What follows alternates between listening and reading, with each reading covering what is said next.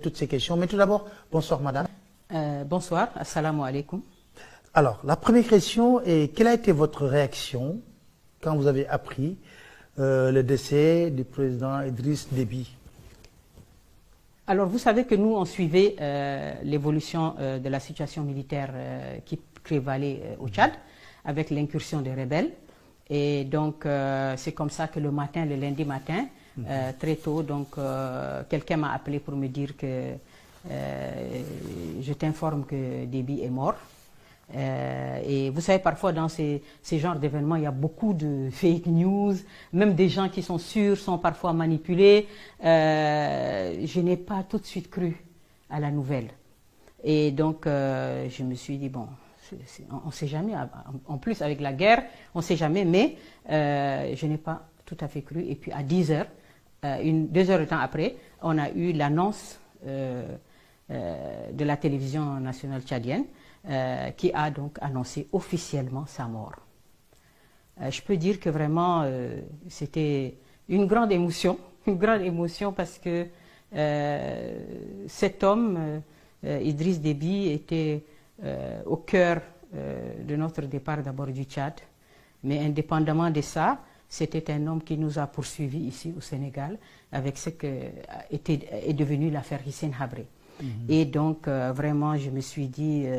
et puis surtout, tout le mal qu'il nous a fait, voyez-vous, par exemple, quand le 30 juin 2013, quand la DIC est venue ici et la BIP prendre le président, dans le cadre de l'affaire avant le procès, quand ils l'ont pris, quand ça a fait boum, là, tout le monde a annoncé cette nouvelle, Idriss Déby, qu'est-ce qu'il a fait? Il a sauté, crié de joie, pris son pistolet, sorti dans le jardin, tiré 3 balles en l'air et appeler immédiatement son ministre de la Communication, dire il faut interrompre le programme des télés, j'ai quelque chose à dire à la nation. Et donc il a fait une déclaration, il a dit c'était un jour historique, un jour de fête. D'abord je remercie mon frère Macky Sall, félicite et je remercie d'avoir fait ce qu'il a fait. Et maintenant je déclare une journée chômée, payée. Et il a dit immédiatement, toutes les mairies de N'Djamena, venez vite et qu'on leur donne un budget. Chaque mairie doit organiser une fête. Ça donne une image de l'homme.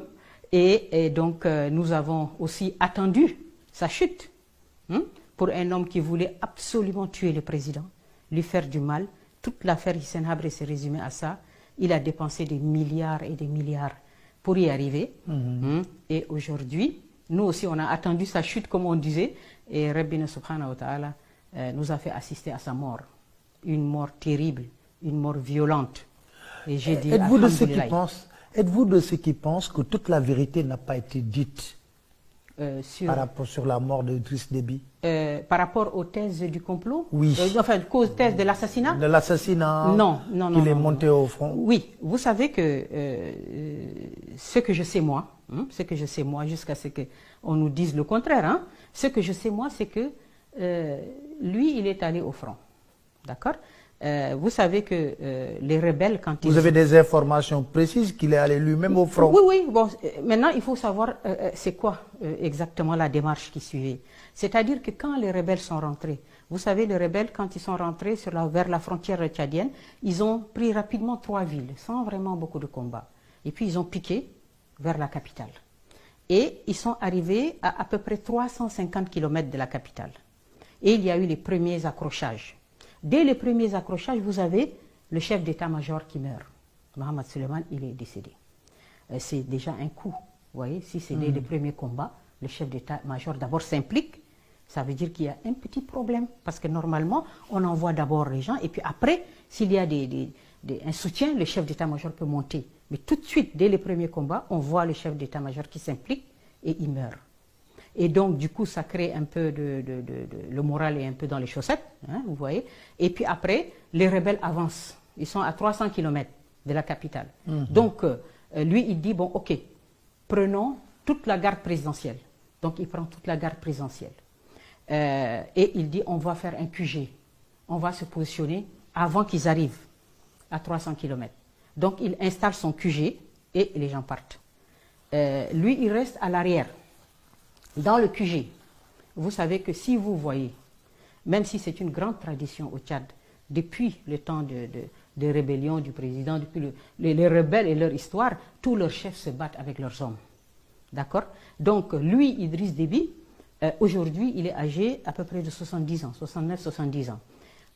Je pense qu'avec tous les problèmes de santé, si vous voyez son physique, si vous voyez un homme qui a quand même pris de l'âge, qui a une grosse bedaine aussi, ce qui veut dire quoi?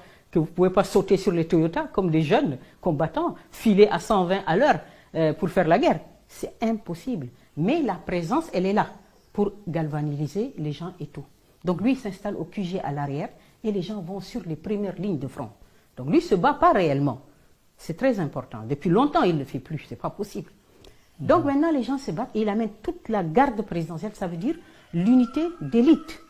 L'unité d'élite. Super équipée, des blindés, des canons, tout, des hélicos, tout. Et dans cette confrontation avec les rebelles, vous savez, les armes ne sont pas égales. D'abord, ça, c'est un État. Donc, il y a des moyens très importants. Et puis, ils ont aussi le soutien de l'armée française. Très important dans la guerre. L'armée française a toujours joué un rôle déterminant dans l'écrasement des rébellions en faveur d'Idriss Déby. Concrètement, sur le terrain, qu'est-ce qu'elle fait? D'abord, elle filme les colonnes, oui. Elle filme, elle photographie, elle est capable de lui dire, et chaque matin les officiers français viennent au QG de l'armée tchadienne, ils arrivent avec les photos satellites, vous avez le nombre de personnes par véhicule, vous avez le nombre de véhicules, vous avez leur positionnement, vous avez les écoutes, les rapports d'écoute, vous avez les armes dont ils disposent, hein, et vous avez même parfois, on cherche à savoir où est le chef, s'ils arrivent à le trouver. C'est pour ça que vous voyez souvent les Tchadiens sont tous enturbanés là. Si vous voyez une colonne, pour trouver les chefs, ça va être compliqué. Donc c'est utile aussi à ça. Donc l'armée, les militaires français arrivent chaque matin avec tous ces informations. Donc vous voyez l'information qu'ils ont, l'avantage qu'ils ont. Il n'en demeure pas moins que les équipements, les informations ne font pas tout dans une guerre. Ça ne fait pas tout. Toute l'histoire est là pour le prouver. Donc, ils vont sur le front et là, ils sont presque face à face. Ils sont presque face à face sur la première ligne avec la garde présidentielle. Et les combats, tout de suite, sont hyper rudes, très rudes, meurtriers. Et on a l'effondrement de toute la garde présidentielle. Vous avez 7 généraux qui tombent, plus de 25 gardes de sa sécurité, première sécurité, qui tombent. Et les gens déboulent. Maintenant, puisque les premières lignes du front sont écrasées, vous avez les gens qui déboulent vers le QG. Carte générale. Où il est lui. Où il est lui. Et donc, quand les gens arrivent, les éléments qui sont avec lui, ben, ils voient que le danger est imminent et impossible de tenir. Toute la ligne, la garde présidentielle n'est plus là. Donc, eux, ils replient rapidement avec leurs véhicules et les autres les poursuivent.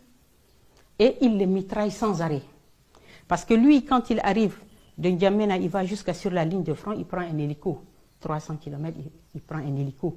Si les hommes sont partis avec leur véhicule, lui, il arrive avec les hélicos.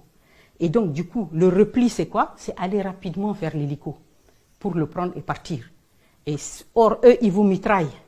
Et donc, c'est dans ce mitraillement-là que lui, il est touché. Donc, quand les gars, ils arrivent quand même à l'hélico, lui, il est déjà décédé.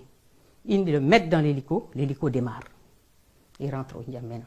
Quand il rentre à N'Djamena, on l'amène directement à la présidence. Il est déjà décédé. Et c'est le lundi matin, très tôt. Voilà. Avec cette percée de la rébellion, est-ce qu'on ne peut pas dire qu'on assiste à l'effondrement de l'armée de Déby? Alors, vous savez que l'armée, vous savez que l'armée tchadienne, c'est 40 000 hommes. 40 000 hommes. Pour un territoire, il est vrai très grand, le Tchad, 1 284 000 km² répartis pour... Mais pour la colonne vertébrale du régime, c'est la garde présidentielle. Elle est composée, c'est une unité d'élite, de ses parents, des éléments les plus compétents de l'armée, et c'est elle qui défend le régime. Elle symbolise cette défense. Maintenant, vous savez, la guerre comme je disais tout à l'heure, ce n'est pas seulement les équipements. La guerre, c'est aussi l'engagement. C'est aussi, bien sûr, les équipements comptent, mais c'est l'engagement, la motivation, la cause à défendre. C'est très important. Vous avez un homme qui est usé par 30 années de pouvoir. Vous avez, dans cette garde présidentielle, des milliardaires. Des gens qui ont des monopoles de ceci, de ciment, de quoi, de toutes sortes d'affaires. Et donc, ils sont un peu émoussés aussi. Il y a l'usure. Vous savez, pour pouvoir se défendre, se battre, l'envie. Hein? L'envie, elle s'émousse avec le temps. Quand vous êtes un homme qui prenait de l'âge, quand vous fondez des familles. Et on voit bien que quand même, quand vous avez de l'argent, plein d'argent, vous n'avez pas envie de mourir. Vous avez envie de profiter de ça. Hein? Et en face, qu'est-ce qu'on a? Et en face, on a des jeunes de 16, 17 ans. Des gens qui sont des rebelles, qu'on appelle des rebelles. Et je profite de ce micro pour un peu expliquer comment ça se fait qu'un régime comme celui d'Idriss Déby, en 30 ans, il y a eu presque 20 rébellions, sans arrêt. Comment ça se fait que des jeunes de 16-17 ans préfèrent mettre leur vie en jeu en prenant une Kalachnikov au lieu de se former et d'avoir un avenir, un emploi, une famille comme tout le monde, comme tous les jeunes Africains? Comment ça se fait que dans ces pays-là, on est là avec ce cycle, un éternel recommencement, et des jeunes qui ne peuvent pas aspirer à autre chose? C'est très important à le comprendre. Parce que tout simplement, ces jeunes-là qu'on voit là, ils sont tous des gens issus de toutes les populations, les ethnies qui sont écrasées, humiliées, opprimées par Idriss Déby, qui a mis son clan, et une véritable chape de plomb, qui se sont accaparés de toutes les ressources du pays. Toutes les ressources, vous n'avez aucun. Et il a imposé un système de discrimination ethnique qui fait qu'il estime que les ethnies qui ne sont pas favorables, et comme il le dit à leur chef, à leur notable, chef traditionnel, il dit « vous ne m'aimez pas, vos populations ne m'aiment pas ». Par exemple, il le dit souvent aux gens qui appartiennent à l'ethnie du président Habré, il le leur dit souvent, et il dit « je ne mettrai pas un franc dans vos régions, je ne mettrai pas un franc ». Donc on a un système comme ça, une espèce de répression, de machine à tuer les gens. Vous n'avez pas accès à des formations. Dans vos régions, vous n'avez absolument rien. Si vous ouvrez la bouche, on vous tue. Hein? Qu'est-ce qu'ils font? Ils disent, instrument de domination et d'humiliation des gens, il faut violer leurs filles. La question du viol des jeunes tchadiennes au Tchad est quelque chose de tellement choquant. Vous voyez des jeunes étudiantes, elles sont sous des critères ethniques. Vous voyez? C'est-à-dire qu'aujourd'hui, vous voyez, pour l'expliquer vraiment que les gens le comprennent bien au Sénégal, quand quelqu'un veut faire de la répression ethnique, ils disent qu'on va vous casser, vous les hommes, en violant vos filles. Si vous parlez, on vous tue. Et vous allez vous plier. Et donc, par exemple, c'est tellement facile à comprendre si on le donne l'exemple. Par exemple, si vous dites les filles Peul, si aujourd'hui moi je vois une fille Peul, je la connais. Je sais qu'elle est Peul. Si je vois une fille Wolof, je sais. Si je vois une fille Sérère, je sais qu'elle est Sérère par ses traits. Si je vois une Diola, je la reconnais. Donc, c'est comme ça qu'ils font pour pouvoir attraper les filles. Vous revenez de l'école, on vous kidnappe, des hommes sur des Toyota, hop, ils vous prennent, tout le monde crie dans la ville, oh, c'est fini, vous êtes partis. On vous viole, on vous jette sur un terrain vague. Vous parlez, on vous tue. Vos frères ont mal au cœur, ils viennent, on les frappe, on les tue. Il n'y a pas de justice, il n'y a rien. Et donc, les filles, qu'est-ce qu'elles font? Vous voyez des filles, donc si nous, les ethnies qui sont ciblées, si on est des Wolofs, on est ciblés, si on est des Sérères, on est ciblés, qu'est-ce qu'on fait? On met des burkas, monsieur Niang, on met des burkas. Vous avez aujourd'hui un taux de port de la burqa dans les milieux scolaires qui est affolant. Et en fait, les gens, ils disent tout simplement, mais comment on fait? Donc je mets ma burqa complètement, on ne me reconnaît pas, on ne sait pas que je suis Peul. Donc je pars à l'école rapidement et je reviens à la maison, j'enlève la burqa, je la mets. Ça, c'est une vie, ça. Donc, et vous avez, c'est tellement choquant que c'est des milliers de cas. C'est ce qui explique les rébellions. Mais bien sûr, les gens ont mal au cœur. Vous ne pouvez pas trouver de travail. Vous partez chez vous, vous dites, bon, je repars là-bas. Au village, il n'y a rien. On dit qu'ils ne nous aiment pas, ils n'amènent rien, on n'a même pas de poste de santé. Mais ils disent que les rébellions, les rebelles en réalité viennent de la Libye. Non, mais c'est des Tchadiens qui sont partis en Libye, qui ont fui la répression, la pauvreté, la misère. Et ce qui est tellement choquant, c'est que quoi? C'est que vous voyez la communauté internationale présente au Tchad. On a toutes les ambassades, on a toutes les Nations Unies sont tous là. Hein? vous avez cette répression sauvage. On peut tuer qui on veut, on peut fouetter qui on veut, on peut violer qui on veut. Personne ne bouge. Et c'est d'autant plus choquant. Parfois, vous avez des ambassadeurs de France qui sont des femmes, des représentants de l'Union européenne qui sont des femmes. Et on a abandonné ces peuples-là. On a abandonné les Tchad, on a abandonné les peuples. Et regardez même aujourd'hui, si vous regardez ce qui se dit sur Idriss Déby, on a oublié les populations. On ne va pas dire, voilà, c'est un homme qui a bien géré son pays, politiquement, socialement, économiquement. Non, on dit, ouais, on a perdu un grand guerrier. C'est le gars de la lutte contre le terrorisme. Mais les Tchad... Justement, quel est le rôle de la France dans cette crise actuelle? Oui. Bon, déjà actuelle, aujourd'hui, je peux dire on dit aujourd'hui qu'elle a complètement bombardé les positions rebelles. L'opération Barkhane a complètement détruit les rebelles du FARC. Complètement. Et ils cherchent même à tuer leur chef. On ne sait même pas aujourd'hui où il est. C'est déjà ça, c'est très important. Et donc la France, au Tchad, elle a une base militaire. Cette base militaire, ce que les Africains doivent comprendre, si on voit ce qui se passe au Tchad avec les bases militaires, c'est ce qui est susceptible de se passer partout. Partout où leurs intérêts seront mis en branle. Comme je l'ai expliqué. C'est-à-dire, aujourd'hui, vous avez les bases militaires qui sont là et on pense qu'elles sont là avec des accords. On dit des accords. Ces accords, c'est eux qui décident quand est-ce qu'il faut les appliquer et quand est-ce qu'il ne faut pas les appliquer. C'est très important. Parfois, il n'y a même pas d'accord. Ça ne correspond à rien, mais ils vont dire, ils veulent intervenir, ils vont intervenir. Ils vont dire, protection de nos ressortissants. Vous l'avez entendu parfois. Donc, aujourd'hui, par exemple, par rapport à Idriss Déby, comment ils sont arrivés et de quel droit ils ont massacré tous ces jeunes Tchadiens. Ce n'est pas seulement aujourd'hui. 96, vers 94, 4 ans après son arrivée, 94, 96, 98, 2003, 2006, 2008, 2019, tout ça là, ces rébellions-là, elles ont toutes été décimées par les bombardements des Mirages et des hélicoptères français. Mais de quel droit? C'est ça que les Africains doivent se poser la question. C'est-à-dire que ça pose d'énormes problèmes au Tchad, où vous voyez ce qu'un Mirage fait sur une colonne, ce qu'un Mirage peut faire, déchiqueter des jeunes garçons de 16 ans, 17 ans, au nom de quoi et de quel droit? Elles le font, parce que pour elles, c'est elles qui décident, puisque le régime en a besoin, on estime. Quand c'est eux qui font des opérations pour, par exemple, sortir par exemple le président Habré, ils ont monté une opération au Soudan avec la moitié de l'armée soudanaise. Gaddafi a donné l'argent et les équipements et ils ont mis Idriss Déby du Soudan. Ils sont venus pour faire la guerre et faire tomber le président Habré. Maintenant, quand c'est des autres, maintenant c'est eux, ils les qualifient, maintenant c'est à la mode, terroristes, islamistes, machin, chouette, djihadistes. Ils ne sont ni des djihadistes, ni des islamistes, ni des terroristes. Ce sont des jeunes Tchadiens complètement opprimés, humiliés. Et c'est cette rage au cœur qui les a fait hier décimer la garde présidentielle. Vous avez vu?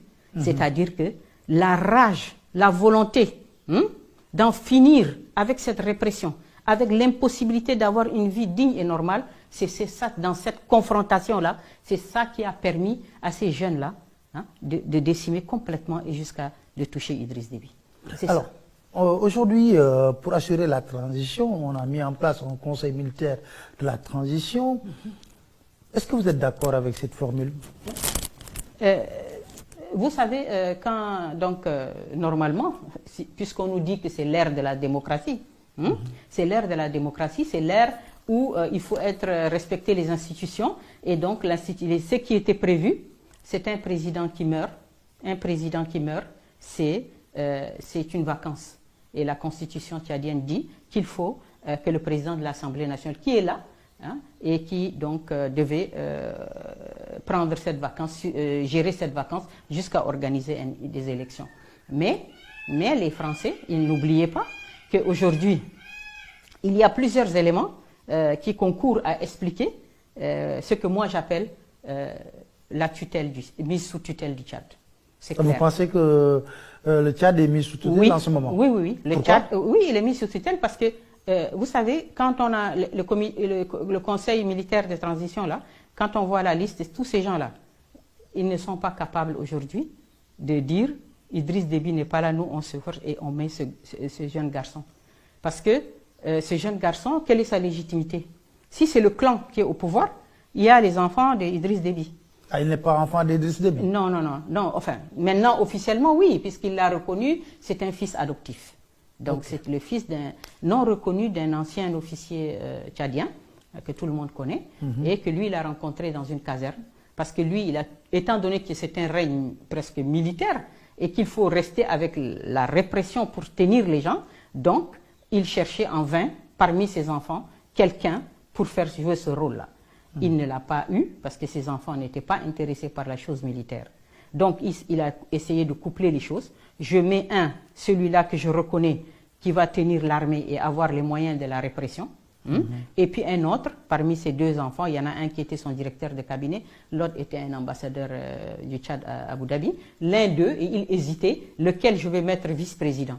Il a créé même ce poste de vice-président et donc il ne l'a pas encore nommé, que voilà, il est décédé. Et je dis que le Tchad est mis sous tutelle parce que qui a fait ce choix-là? Qui a eu la force d'imposer ce jeune garçon? Qui? Tel qu'aujourd'hui la panique et la pagaille qu'il y avait au Tchad, il n'y avait que les Français. Et si vous avez vu la simultanéité et l'extraordinaire rapidité des choses, donc on a caché l'information, on a mis dans la précipitation ce conseil militaire, on a fait le choix. Le choix de ce garçon, c'est d'un choix français. Pourquoi? Parce qu'il était dans le contingent malien. La préoccupation principale de la France aujourd'hui, pour un Emmanuel Macron qui est déjà en campagne électorale, c'est de ne pas avoir une mauvaise surprise par rapport au G5 Sahel, par rapport à la zone du Sahel, qui est une zone un élément de campagne électorale en France, comme chacun le sait. Alors, pensez-vous réellement que ce comité pourrait faire face à la situation à l'heure actuelle et que le jeune qui est mis à la tête de ce pouvoir peut contenir une sorte de révolte populaire parce que des voix commencent à s'élever au Tchad? Voilà.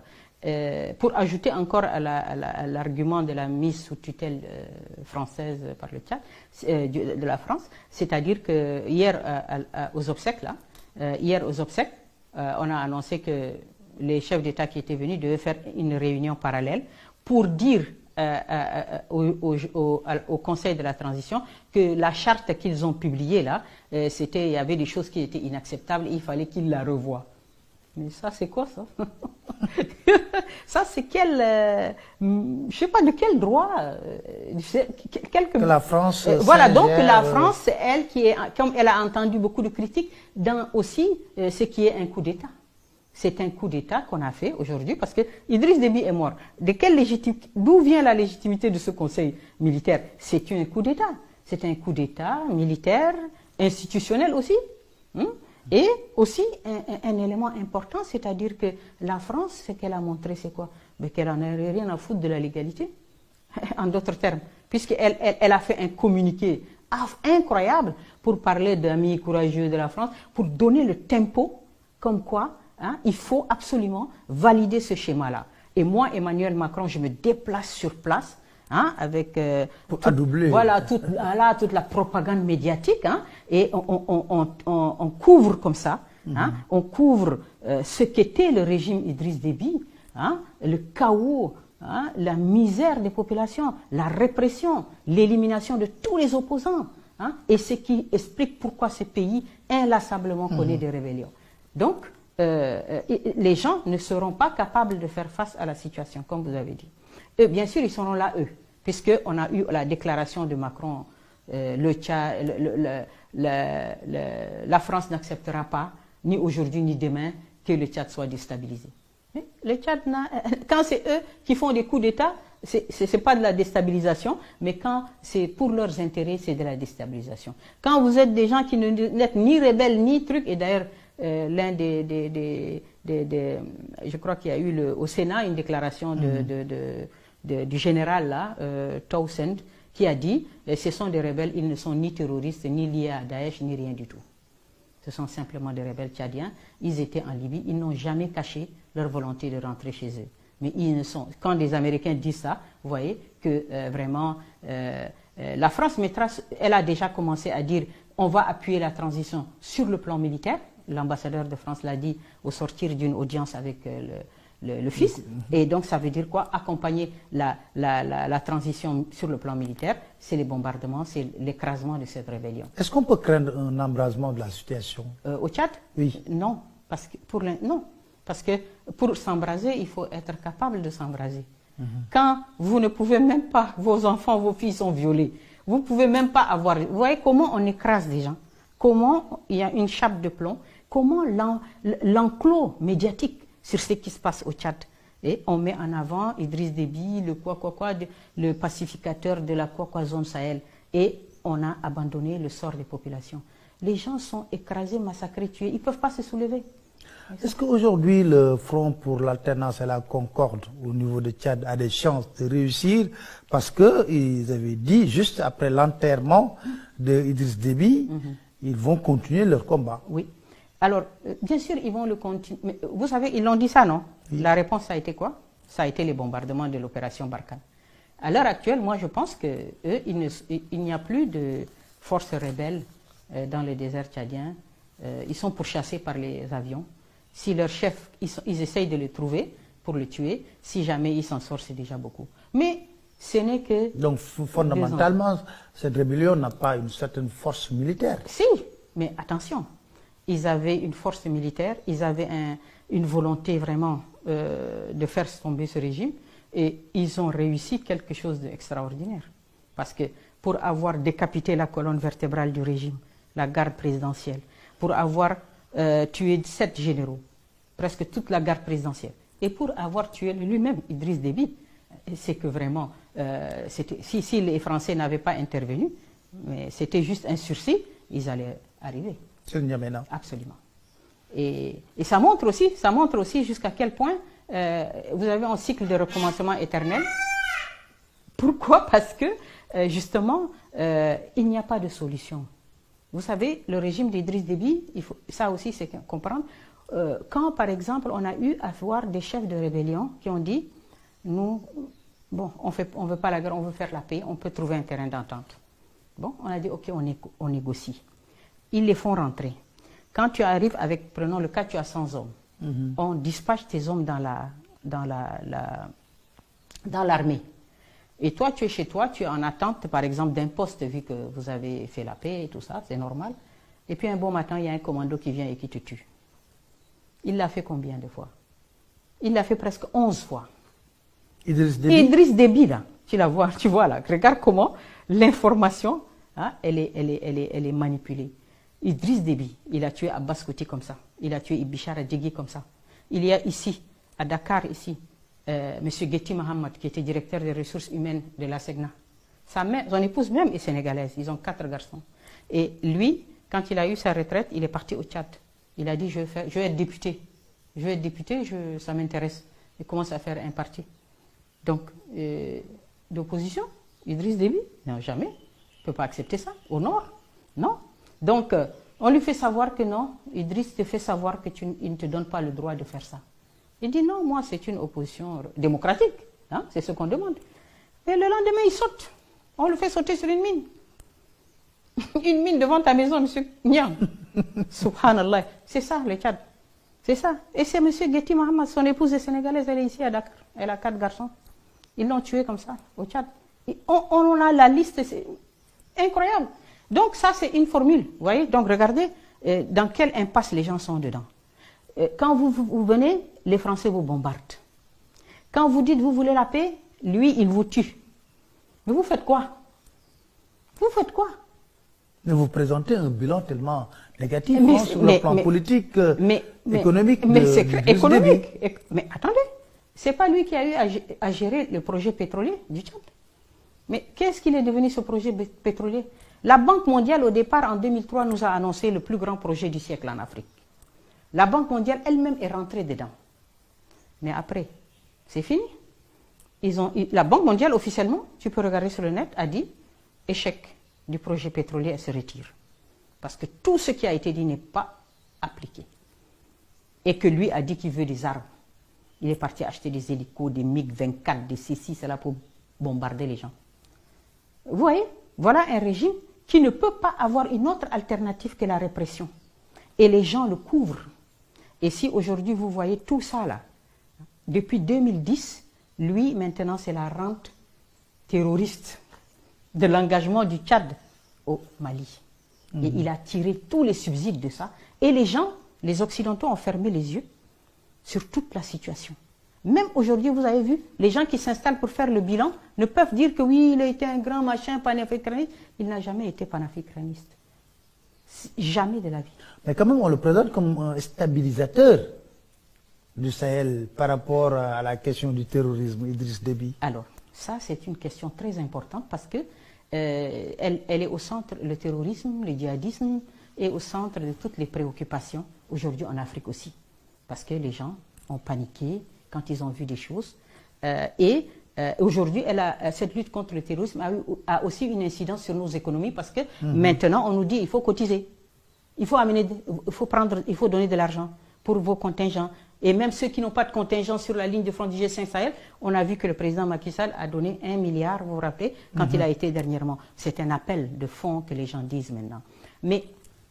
Et vous savez que l'histoire de la guerre contre le terrorisme en Afrique, la version officielle, présentée, entretenue, financée à travers des médias, des instituts, des ceci, cela, elle donne très peu d'espace à une expression pour une autre analyse, pour voir autre chose. Et quelle serait cette analyse? Cette analyse, cette autre chose, c'est entrer plus profondément dans le fond et on va prendre 2-3 exemples et on va y aller et vous allez voir qu'en aucun cas Idriss Déby n'est ni un pacificateur, ni un panafricaniste. C'est un pion, oui, un pion important dans la politique d'occupation de l'espace sahélo-sahélien. C'est très important. Alors, expliquez-nous. Voilà. C'est-à-dire que dans cette guerre du terrorisme, il y a 2 points qu'il faut bien voir. C'est-à-dire, c'est quoi réellement cette guerre? Ce qui est agité, comme je dis, l'écran médiatique, là, mettons-le de côté. Regardons concrètement. L'enjeu, c'est quoi d'abord? Parce qu'il faut aussi s'entendre sur cet enjeu dont on ne dit pas. C'est quoi l'enjeu? L'enjeu, c'est quoi? Les bandits terroristes, là? Non. L'enjeu, c'est cet espace. Qui part de quoi? Qui part des champs gaziers de l'Algérie, du gaz, que la France prend pour son chauffage, et qui traverse et qui va de l'autre côté, l'autre extrémité, c'est quoi? C'est le Niger, et c'est les mines d'Areva. Mines d'Areva. Les mines d'uranium d'Areva, que la France achète à très bon prix, et 2 ampoules sur 3 en France s'allument et marchent grâce à l'uranium du Niger. Cet espace est sujet aujourd'hui à des convoitises. Ça, c'est indéniable. Aujourd'hui, la Chine est toute puissante, elle arrive. La Turquie est en Libye. Les Russes sont en Libye. L'Iran s'intéresse de plus en plus aux mines d'Areva, aux mines d'uranium. 3 fois le président iranien a été au Niger pour ils veulent des exploitations d'uranium. Donc la France, elle est inquiète parce que cet espace-là de tout temps, était contrôlé par la France. Et surtout, les richesses qui sont dans ces sous-sols exploitées par la sont France. même pas exploitées, monsieur Niang, mais gardées en réserve. C'est gardé en réserve. Si elles veulent, ils disent que non, il n'y a pas de financement d'exploitation. Non, c'est pas exploité. Mais seulement, ils disent qu'on ne veut pas les exploiter. Mais on veut vous empêcher, vous aussi, Africains, de les exploiter. Parce que, sinon, si on vous laisse, les Russes vont venir vous proposer quelque chose, vous allez dire oui. Les Turcs vont vous proposer, les Chinois. Mais si vous sortez tout, nous, on a quoi? Donc, personne ne touche à cette zone. C'est une zone qu'on garde en réserve. Pour pouvoir justifier nos déplacements, il faut bien justifier que le Mali accepte une base militaire chez lui. Il n'en avait pas. Mais donc, il faut augmenter, articuler et présenter de manière dangereuse cette affaire. Idriss Déby, quand la France lance son opération Sauver Bamako, d'accord, ils arrivent, ils occupent un espace, le nord du Mali. Mais cet espace est immense, il est grand. Et il a besoin d'hommes qui connaissent un peu ces zones désertiques, qui se meuvent. Ils ont fait des deals avec les Touaregs. Leur cible, ce sont les djihadistes Ansar ad-Din, qui ont une autre vision du monde que la leur. Et donc, il faut les éliminer. Mais les Touaregs disent non, nous on peut faire des deals, on vous laisse, on joue le jeu, mais il n'est pas question qu'on tire une balle contre ces gens. Ça, ils sont tous mélangés, ils ont des liens. Donc les Touaregs disent non, on ne va pas se battre contre Ansar ad-Din, hein. Mais alors il faut trouver quelqu'un d'autre. Soit on se mouille le maillot nous-mêmes, mais les Français auront de la casse, et les peuples français ne vont pas accepter, hein. Et donc la cote de popularité va chuter, hein, de nos hommes politiques français. Donc, qu'est-ce qu'on fait? On a besoin d'aide, on a besoin des gens qui connaissent les dégers, des gens qui... Donc on fait appel à Idriss Déby. Ce n'est pas le Mali qui appelle Idriss Déby, c'est la France. C'est très important. Et peut-être qu'il a l'expérience. Oui, non, mais d'accord. Je suis d'accord. Il n'y a pas de problème. Donc Idriss Déby arrive. Il quitte le Tchad, l'armée tchadienne quitte le Tchad, par le désert elle arrive. Elle arrive dans la zone de Kidal. Et elle s'installe. Elle n'a pas affaire aux autorités maliennes, elle a affaire à l'état-major français. Et donc les gens s'installent. Mais ce qu'on voit tout de suite, c'est quoi? Aujourd'hui, le Mali, les gens pleurent et disent quoi? Ils disent, c'est une partition de fait de notre pays. Les gens ont bloqué le Nord Mali. Pendant plusieurs années, même le Premier ministre malien ne peut pas aller au Mali. Tous les gens ne peuvent pas aller, les gens ont bloqué. Le Tchad aussi a aidé à bloquer. Donc qu'est-ce qu'il fait Idriss Déby là? Idriss Déby aide dans la mise en place d'une politique de partition du Mali. C'est regrettable, mais c'est ça. C'est ça qu'il fait, Idriss Déby. Il vient en appoint d'une politique qui vise à organiser une partition du Mali. C'est du panafricanisme, ça? Non, c'est trahir les Maliens. Et vous savez que les Maliens ils l'ont tellement bien compris au départ. Quand il y a eu les premiers morts du Tchad, et un autre élément très important, les blessés de la guerre du Mali, du Tchadien, qu'est-ce qu'on en faisait? On n'était pas capable de les amener à Bamako pour les soigner dans les hôpitaux maliens. Non, on les a amenés jusqu'au Niger. On faisait des vols de Transal jusqu'au Niger où les Français ont mis un hôpital de campagne pour soigner les blessés tchadiens qui sont à Kidal. Parce que les Maliens étaient tellement fâchés de cette collaboration d'un pays africain pour organiser la partition de leur pays. Les premiers morts tchadiens, on les a amenés au Tchad, il n'y a pas eu d'autorités politiques maliennes qui se sont déplacées. Tous les gens au Tchad, les gens ne comprenaient pas ce côté pernicieux de l'intervention tchadienne au Mali.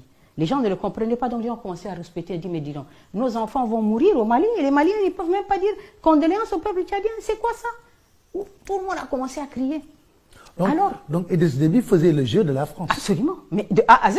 Et attendez, autre chose, c'est que quand il a dit, cette grogne, si on peut dire, des Tchadiens, Idriss Déby en a fait part à la France. Et qu'est-ce que la France a dit au président malien? Écoutez, ça ne va pas comme ça. Idriss Déby est là avec nous et tout. Et puis maintenant, il faut absolument lui affirmer votre reconnaissance. Il faut le soutenir. Et là, brusquement, on a eu même des chanteurs qui ont chanté Idriss Déby. Voilà. Donc, et autre chose aussi, c'est très important, c'est que quand vous voyez Idriss Déby qui quitte le Tchad et qui vient au Mali, il fait quoi? Il sort, officiellement le Premier ministre annonce un retrait, un financement à hauteur de 90 milliards de francs CFA pour financer son opération au Mali. Donc voilà un pays qui n'est pas menacé directement par le terrorisme et qui sort 90 milliards de son trésor pour aller financer un programme, une politique de partition de notre pays africain. Mais ça là, les Tchadiens, ils manquent de tout.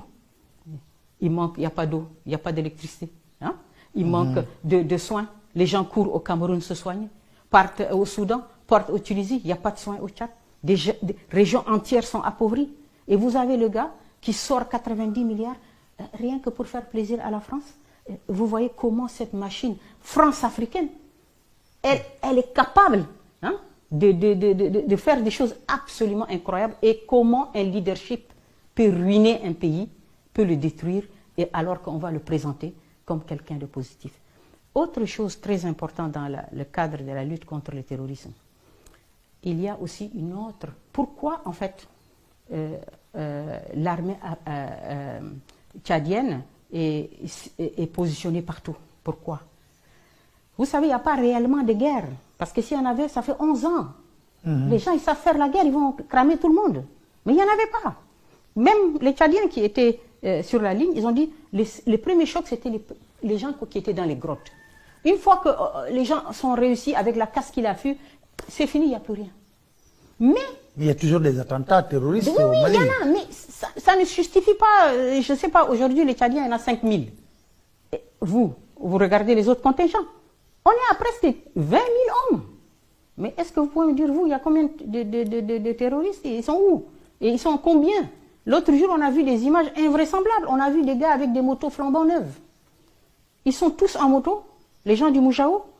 Ils sont en turbané, ils ont une kalachnikov, chacun, ils sont à 2 par moto, le gars derrière a une kalachnikov. Donc ils circulent dans les villages et ils mitraillent les gens. Mais d'où viennent les motos? Comment ça se fait qu'on a 100 motos flambant neuves, même marque? D'où est-ce qu'ils ont le carburant? Comment des pays africains ne peuvent pas gérer ce genre de problème? Vous prenez un hélico, vous circulez, où sont positionnés les points qui les alimentent en carburant? Et qui a donné ces motos flambant neuves? Elles sont passées par où?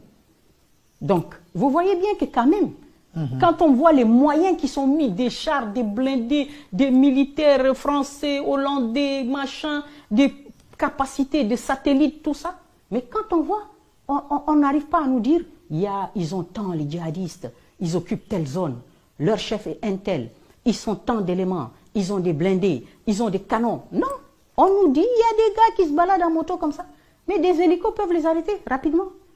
Donc, on voit bien que le truc pernicieux, c'est qu'en fait, il n'y a pas vraiment une guerre, au sens. Mais il faut contrôler cet espace. Il y a des petites incursions, il faut le contrôler, il faut rester. Mais comme ça pèse lourd, parce qu'au bout d'un moment, maintenant, vous les Africains, on en a marre, maintenant, c'est à vous de financer. Vous allez financer éternellement, jusqu'à quand, je n'en sais rien, mais c'est ça. Autre chose pernicieuse, qui est très importante dans le fait qu'on veuille que...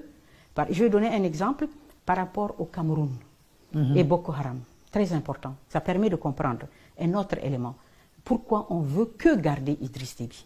Il y a un deuxième élément assez fou. C'est-à-dire que le Cameroun a une frontière avec le Nigeria, où il y a Boko Haram. Et Boko Haram fait des infiltrations au Cameroun. Et prend de surprise les gens et massacre les gens. Donc, les Camerounais se sont levés, leur état-major, ils ont déplacé beaucoup de moyens. Et ils sont arrivés, ils ont dit, l'opération Barkhane, elle est sur la frontière là, on vous sollicite pour des images satellitaires pour pouvoir voir les gars de Boko Haram et pour que nous aussi on fasse nos plans pour les éliminer. Maintenant les Français ils disent quoi? Ils disent ok, mais c'est 50 000 € l'heure. Ils répondent à l'état-major camerounais, 50 000 € l'heure. Mais les gars ils disent mais attendez, mais on ne lutte pas ensemble contre le terrorisme. Comment ça se fait? Comment on peut faire ça? Hein? Et donc, finalement, ils disent non, de toute façon, vous n'y arriverez pas. Laissez passer l'armée tchadienne. Ils disent que non. Mais on n'a pas envie de voir une armée tchadienne chez nous. On ne veut pas. Nous, on est capable de défendre notre pays.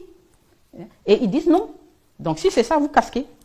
Mais les photos, les images satellitaires, vous les payez aujourd'hui, demain, ça change. Et donc, mais vous comprenez le déplacement, ce qui fait que c'était une façon de dire on ne vous aidera pas pour ça. Donc, et laissez passer Idriss Déby. Et donc, les gens ont laissé passer Idriss Déby. L'armée tchadienne est rentrée au Cameroun et elle est montée vers le Nigeria pour aller attaquer les gens de Boko Haram. Maintenant, deuxième élément important, et ce qu'on ne dit pas, c'est qu'au bout d'un moment, le Cameroun a amené un chèque à Idriss Déby. Ah ben oui, le ministre des Finances du Cameroun est arrivé au Tchad, il a donné un chèque. Donc vous voyez. Mais avec sa mort, est-ce que toute cette zone, il n'y a pas des risques qui planent véritablement? Voilà, je vais vous dire le deuxième côté qui fait que eux, ils privilégient un certain type de politique vis-à-vis de la lutte contre le terrorisme, la conception. Vous voyez, ça c'est très important pour que les gens comprennent. C'est que vous dites pourquoi, comment ça se fait, encore une fois comme les rébellions au Tchad, qu'est-ce qui fait que des jeunes prennent le risque de s'attacher des ceintures, d'aller être des commandos? Ce n'est pas simplement parfois que du fanatisme. Non, il y a de la misère, il y a de la répression, il y a beaucoup de choses, des problèmes politiques importants, hein, et qui font que les gens s'engagent dans des voies comme ça, deviennent des marginaux. Et donc, quelle est la solution qu'on doit amener? Quelle est la solution? Est-ce qu'on laisse aux Africains une seule possibilité d'explorer d'autres types, hein, de politiques vis-à-vis de ces jeunes-là, hein, qui sont en perdition, pour qu'on puisse les récupérer. Et vous savez qu'il y avait une équipe des Nations Unies qui a fait une étude très intéressante sur les Chebabs en Somalie, où on les présentait comme des islamistes enragés. D'accord? Quand on les a arrêtés, à peu près, on a fait prisonnier une centaine de gars, des gens de Chebabs. On les a quand les gens ont commencé à parler avec eux, des sociologues, sur les 100 là, 80 ne pouvaient même pas lire correctement 3 sourates du Coran. 3, ils ne pouvaient même pas. Donc en fait, et chacun avait une histoire. On a violé ma soeur, on a tué ma mère, on a ceci, cela. On voyait une misère, une répression terrible. Et les gens, ils n'étaient pas écoutés. Qui vous écoute? Qui vous parle? Qui vous aide? Personne. Donc vous êtes... Et là, les gars disent, ok, nous aussi, on va se faire entendre d'une autre façon. Donc pour vous, tout cela, c'est juste l'accumulation de frustration. Oui, je dis que même s'il y a des choses derrière, la majorité, la troupe, et le fait que le phénomène continue, c'est que les solutions qui sont apportées ne sont pas positives. Alors, la conception des Occidentaux, voilà, ça j'y arrive, la conception des Occidentaux par rapport à la gestion de ces choses.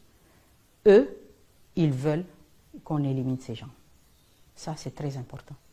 Pour eux, ils ne donnent pas voix à autre chose. Pour eux, il faut éliminer, éliminer et éliminer. Donc, si on dit Idriss Déby, oui, il est d'accord avec eux. Il faut les tuer. Et c'est pour ça qu'ils parlent d'une armée efficace. C'est choquant parce que nous, on sait que c'est que l'efficacité. C'est un mot comme ça, cool. Mais ce qu'ils disent, c'est une armée efficace, c'est-à-dire c'est une armée qui tue. Et on lui demande de tuer, et il tue. Et vous voyez par exemple au Nigeria. Le Nigeria, c'est un grand pays, il a Boko Haram dedans, au nord. Mais le Nigeria, est-ce que vous croyez que le Nigeria, qui a presque une armée qui est, je crois que les 3 premières armées en Afrique, c'est Nigeria, Afrique du Sud et Algérie. Vous croyez que le Nigeria, s'il mobilise ses moyens, le Nigeria ne peut pas mettre fin à Boko Haram? Mais bien sûr qu'il peut le faire. Mais ils ne veulent pas le faire. Parce que pourquoi? Parce que ça veut dire qu'il faut massacrer tous ces gens-là. Ce sont leurs compatriotes d'abord, un. Deuxièmement, ils savent que c'est des problèmes politiques, que c'est des problèmes de dérapage et de bavures qui ont fait mal aux gens et que l'armée a été qui a dérapé, vous voyez, dans la répression. Et donc, elle a enflammé l'événement, le phénomène. Donc, le Nigeria ne veut pas d'une fracture béante, irréparable entre ces ethnies qui la composent. Donc le Nigeria tente, essaye de faire comme ça, mais les Occidentaux, non. Pour eux, il faut les tuer, il faut les éliminer. Et donc c'est pour ça que quand vous avez le Nigeria qui dit, le Cameroun qui dit, donnez-nous des infos, on veut faire ceci, ils disent non, laissez passer Idriss Déby. Parce que lui, ils sont d'accord avec lui, il faut les tuer. Et donc lui, il élimine tout le monde. Ça, là. Alors, oui, j'aimerais bien qu'on aborde aussi le dossier Hissène Habré. Avec la mort de Déby, est-ce que vous pensez qu'on va assister maintenant véritablement à la manifestation de la vérité? Eh bien, non, parce que regardez ce qu'ils ont fait. Le Conseil militaire de transition, c'est quoi? C'est le fils d'Idriss Déby. Donc, on a la chape de plomb qui est toujours là. D'accord? Et on a empêché les gens, même d'exprimer leur joie. C'est extraordinaire. Aujourd'hui, le monde entier aurait vu comment le peuple tchadien vomit Idriss Déby si les Français ne se sont pas mis assis sur le couvercle de la marmite là, en mettant le fils pour qu'on ait du Déby sans Déby. Voilà, c'est ça. Et donc la manifestation de la vérité, mais personne n'a voulu la chercher. Personne. C'était une collusion. Idriss Déby a dépensé des milliards dedans et il a acheté la vie du président. C'est ça, c'est triste à dire, mais c'est ça. Et les Français sont derrière, mais eux, les Français, ne vont pas dépenser leur argent, l'argent du contribuable français en Afrique. Hein, et c'est là où lui, on l'a laissé dépenser tout parce qu'ils étaient tous d'accord. Malheureusement, l'État du Sénégal aussi est rentré dans cette affaire. Alors, c'est ce qui explique peut-être cette manne financière, qui explique peut-être l'activisme d'abord des ONG autour de ce dossier. Absolument. Surtout les ONG des droits de l'homme. Incroyable. Et vous savez quand Idriss Déby est arrivé au pouvoir, en 92, l'une des personnalités qu'il a fait assassiner le premier, c'est Maître Joseph Beydi, président de la Ligue tchadienne des droits de l'homme. Vous voyez? Donc ça, c'est la première personnalité qu'Idriss Déby a fait assassiner. c'est le président de la Ligue tchadienne des droits de l'homme. Et on a eu toutes les ONG qui sont allées au Tchad, qui ont couvert tout ce qu'il a fait. Ils l'ont extrait de l'affaire Habré. Et on lui a demandé, c'est lui qui a créé les associations de victimes, il les a soutenues, payées, engraissées, il a donné beaucoup d'argent, parce que vous savez que, monsieur Niang, vous savez, l'ampleur du procès, c'était avant tout un procès médiatique, l'affaire Habré au Sénégal. Vous l'avez vu, vous avez analysé, vous avez eu votre regard de professionnel, vous avez bien vu que on a simplement acheté une ligne éditorial contre le président. Il fallait parler simplement de Hissène Habré, dictateur, impunité, victime, nanana. Même les gens étaient présentés déjà, avant qu'ils aient entendu leur histoire, qu'on ait entendu leur histoire, avant que la justice n'examine leur cas, ils étaient déjà présentés médiatiquement comme des victimes. Et tout le monde dit l'association des victimes. Vous voyez, c'est un conditionnement psychologique important. Et tout le monde était témoin, comme par hasard. Alors qu'un témoin, juridiquement, c'est quoi?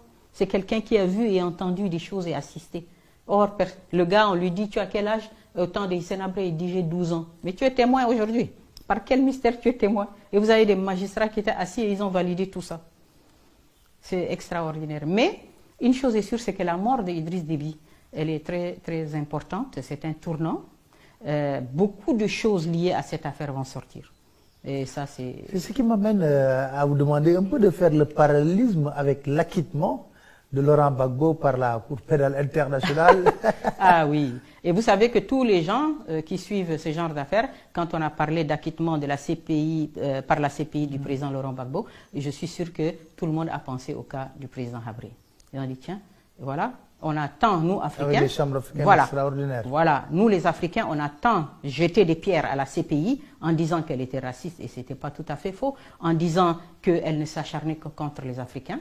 Eh bien, elle a jugé un président africain et elle l'a acquitté. Maintenant, nos frères là, africains ici, ils ont fait quoi avec les chambres africaines?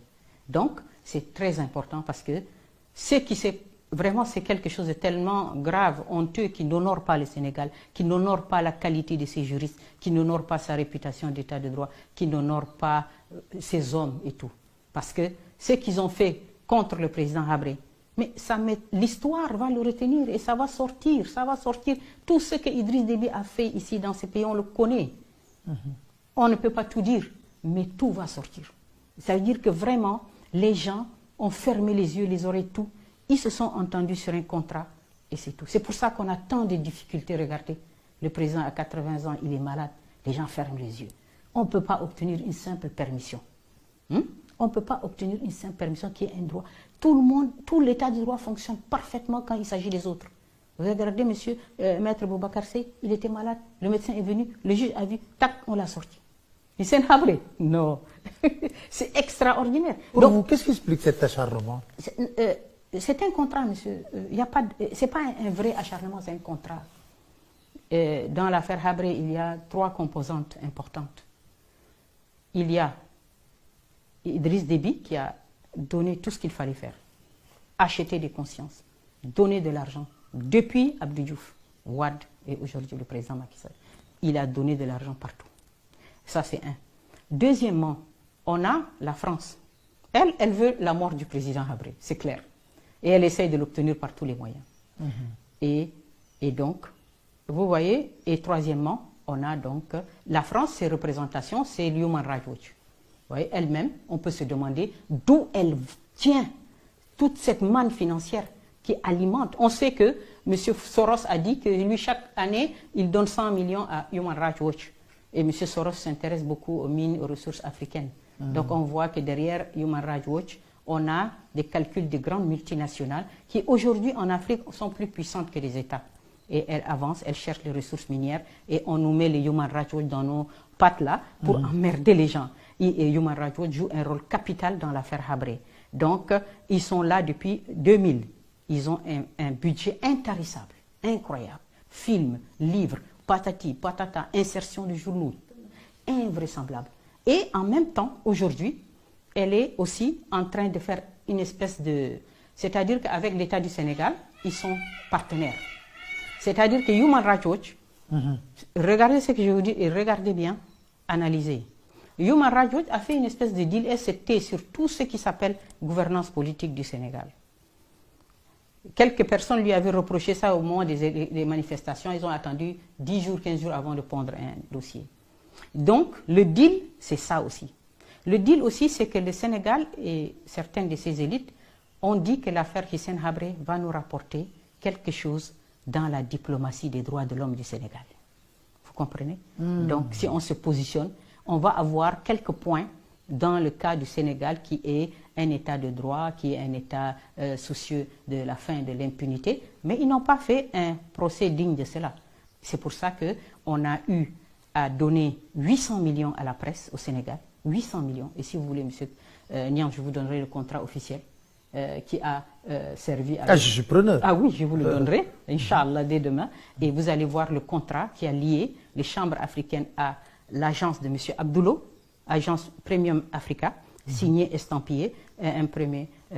Au total, c'est à peu près 800 millions qu'on a décaissés pour que les médias du Sénégal et 20 organes de presse, journaux, télévision et radio ont été pris en main par les chambres africaines, jusqu'à on leur a fait des ateliers pour leur dire ici à Goodread, et nous avons les ateliers médias, pour dire voilà comment vous ne devez en aucun cas dire le président Habré.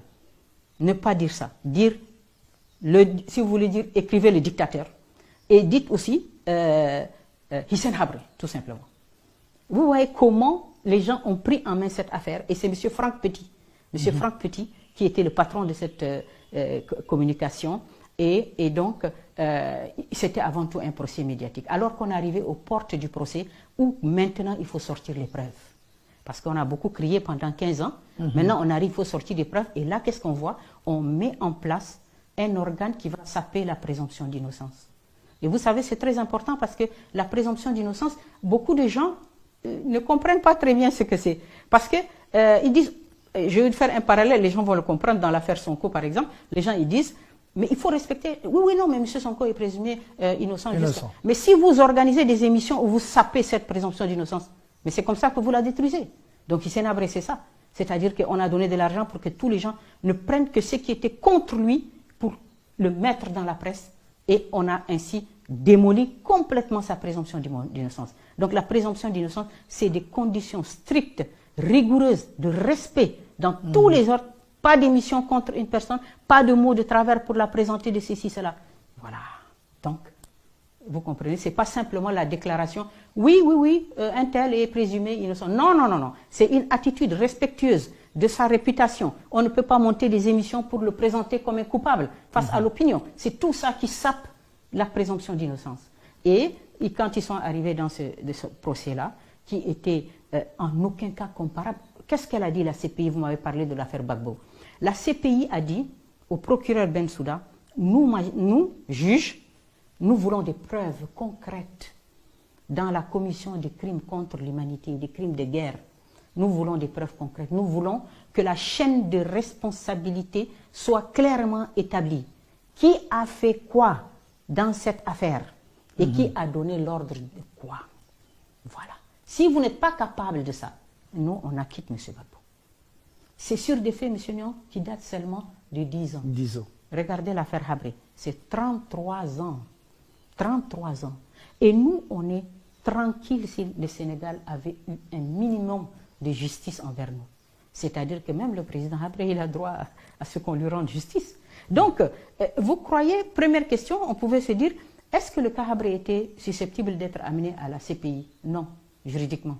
Madame Bensouda l'a dit ici au Sénégal, elle a dit non, parce que il y a un principe important dans le droit pénal, c'est la non-rétroactivité.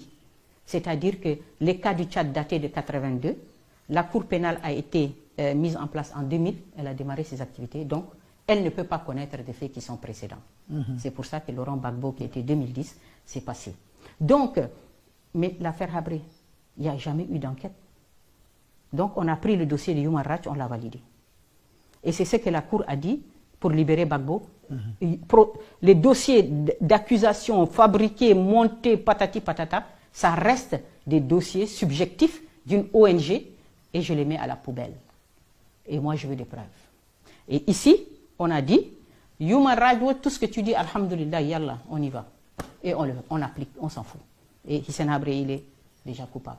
Et donc, quand vous voyez ces chambres africaines, pour qu'un tribunal soit un tribunal, vous avez une chance d'avoir un procès juste et équitable. Parce que le procès juste et équitable, il ne s'agit pas encore une fois, comme la présomption d'innocence, c'est de le déclarer comme ça. Ce sont des conditions techniques qui sont liées à quoi? Les magistrats, comment on les a désignés? La CPI, comment on devient juge à la CPI? À la CPI, les Nations Unies vont faire une annonce, appel à candidature, dans le monde entier, le Seigneur, dans le monde entier. Donc les gens vont venir se déclarer, amener son dossier. Et on choisit, on prend. Bien. Deuxième chose, la question du financement. Qui vous paye? Qui fait tourner la CPI? La CPI, elle fonctionne avec une quote-part qui est à 0,01%, chaque pays qui a reconnu la CPI, etc. Donc, vraiment, il n'y a pas de pays, comme ici on a eu Idriss Déby, le grand financier, devenu maître du jeu judiciaire. Il fait ce qu'il veut. Et il dit j'amène des gens, il ne les amène pas. Il n'y a pas de sanction. Les magistrats, c'est qui? Ce sont 14 sur la Chambre africaine, ils étaient au total, je crois, 17. Il y a 14 magistrats sénégalais, non, 15 magistrats sénégalais et 2 qui étaient le Malien et le Burkinabé. Donc, M. Kam. Et donc, ces magistrats sénégalais, on les a détachés. Parce qu'à la CPI, si prenons le cas, un juge sénégalais ici est pris à la CPI, lui, il abandonne tous ses liens hiérarchiques ici, il laisse tomber, il va aller là-bas. Mais ici, on a détaché seulement les magistrats pour les mettre dans les chambres africaines. Ils gardent donc leurs liens hiérarchiques avec... Après le procès, ils retournent. Ils retournent. Et donc, comment dirais-je, on a même... Et donc, l'État du Sénégal leur verse toujours leur solde, leur salaire. Et les chambres africaines leur donnent en plus une indemnité. Voilà. Et c'est ça qu'on a vu. Et en plus de ça, elle n'avait pas aussi, autre chose très importante, le respect des droits de la défense. Vous savez, Laurent Gbagbo, au départ, il a dit « je ne participe pas ». Il était dans la logique où la CPI est aussi raciste et tout ça, et qu'il n'avait aucune chance. Il a dit « je ne refuse pas, je garde le silence ». Ils ont dit « c'est votre droit, monsieur ». Ici, les gens ont dit « Sénabré n'a pas le droit ». Donc vous voyez que les règles de procédure, les lois applicables, et les règles d'administration des preuves doivent être déjà prêtes avant ou pendant, quand on a créé cette cour, avant qu'elle agisse. Quand les gens ont dit, mais au fait, c'est quoi les lois qui s'appliquent pour Hissène Habré? Ils ont dit non, le Gustave Kam a dit, on n'a pas le temps, on n'en a même pas fait, mais on va juger REC. Et en fait, c'est quoi qu'ils ont appliqué? C'est toujours la règle la plus défavorable à Hissène Habré. Vous voyez comment les gens ont fait. C'est même pas une juridiction, elle n'est pas digne. Alors, comment se porte Hissène Habré en ce moment en prison parce que la dernière requête de ses avocats a été rejetée. Oui, elle a été rejetée. C'était une demande de permission de 6 mois. Il est malade. Et donc, il était malade. On avait demandé avec le ramadan, vous voyez, si on pouvait permettre 6 mois. Bon, ils auraient pu. Ils savent qu'il est malade. Ils ont tous les éléments. Ils ont tous les éléments, ils le savent. Mais ça, c'est quelque chose qu'ils ne veulent pas. En fait, parce qu'à chaque fois qu'on a le dossier, il y a la France qui parle. Voilà, mais c'est eux qui ne parlent jamais. L'État du Sénégal qui a pu venir vous chercher ici chez vous avec des militaires et vous mettre en prison, et quand il s'agit de parler, il ne parle pas. Quand on dit, on demande une expertise médicale, on ne sait pas qui va nous répondre. Ils ne veulent pas. Qu'est-ce qu'on fait? Donc, ils auraient pu, franchement, ils auraient pu, en disant, si on a demandé 6 mois, ils disent, bon, donnons 2 mois. Par exemple, ils disent, c'est le ramadan, donnons 2 mois. 6 mois, on ne peut pas pour poser cela, c'est leur problème. Mais ils n'ont dit non. Donc, ça veut dire que même si on avait donné 3 jours, ils allaient refuser. Et donc, en fait, ça revient à une histoire, une question finalement d'engagement dans quelque chose. Vous comprenez? Si vous voyez un homme, il est malade, vous ne voulez pas voir qu'il est malade. Vous fermez les yeux. On dit, on demande une expertise médicale, personne ne nous répond. Mais quand il s'agit de venir vous prendre chez vous, là, une armée arrive. Et on fait quoi? Il n'y a pas de droit, il n'y a rien. Qui sont nous? Ils ne veulent plus. Comment on fait? On ne sait pas. Vous n'avez pas d'interlocuteur? Qui c'est? Nos interlocuteurs, c'est qui? Nos avocats ont demandé audience au ministre de la Justice. Ça fait 1 an, ils attendent. Et je peux vous dire l'inverse. Mais depuis que l'affaire Hissène Habré est là, dans ces pays-là, ça fait presque, depuis 2021 ans. C'est affolant. Où est-ce qu'on a vu une chose pareille? Ça fait 21 ans, aucun de nos avocats, personne n'a jamais été reçu par une autorité, ni ministre de la Justice, ni président de la République. Mais alors là, Ruud Brody, tapis rouge. Toutes les ONG, tapis rouge. Tout le monde est reçu sauf nous. Donc vous voyez bien, la position claire est assumée quelque part. Hein. Elle est assumée. Elle est assumée. Elle est assumée par l'ignorance, par le fait que personne ne veut parler, par le fait aussi que off the record, comme on dit, les gens disent ben, c'est une affaire qui est entre les mains du président Macky Sall. C'est lui qui la gère. Nous, on n'a rien à voir. Le président Hissène Habré, madame, il nous a fait quoi? Mais nous, on n'a rien. Tout le monde dit, mais on n'a rien contre le président. Qu'est-ce qu'il nous a fait? On est des fonctionnaires. Si on nous dit faites ça, on fait ça. Mais si on ne nous dit rien, on fait quoi? Voilà. Ils savent que c'est une affaire qui est quand même aujourd'hui devenue assez lourde. Et elle pèsera très lourdement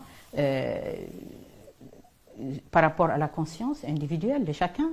Par rapport où nous, on ne peut pas dire que madame n'a pas alerté. On ne peut pas le dire. Mais comment on peut expliquer ça? Comment on peut expliquer que, regardez, ils ont fait 2 mois de permission. Les gardes étaient au poste de garde, monsieur Niang, les 2 gardes. Ils étaient avec nous 24 heures sur 24. Et quand le président part pour faire la rééducation de son bras, il monte avec lui, les 2, dans la voiture, il part, il revient. Tous les jours, le DAP les appelle, vous êtes là? Oui, on est là, on dort. Le président est chez lui, il se repose 2 mois. On n'a rien eu à nous reprocher. Alors qu'est-ce qui les empêche d'accorder encore une permission? C'est-à-dire, voilà, c'est ça. Voilà, merci beaucoup Madame Fatim Raymond Habré de nous avoir accordé cet entretien. Alors, je vous donne rendez-vous très prochainement avec un autre invité dans votre émission.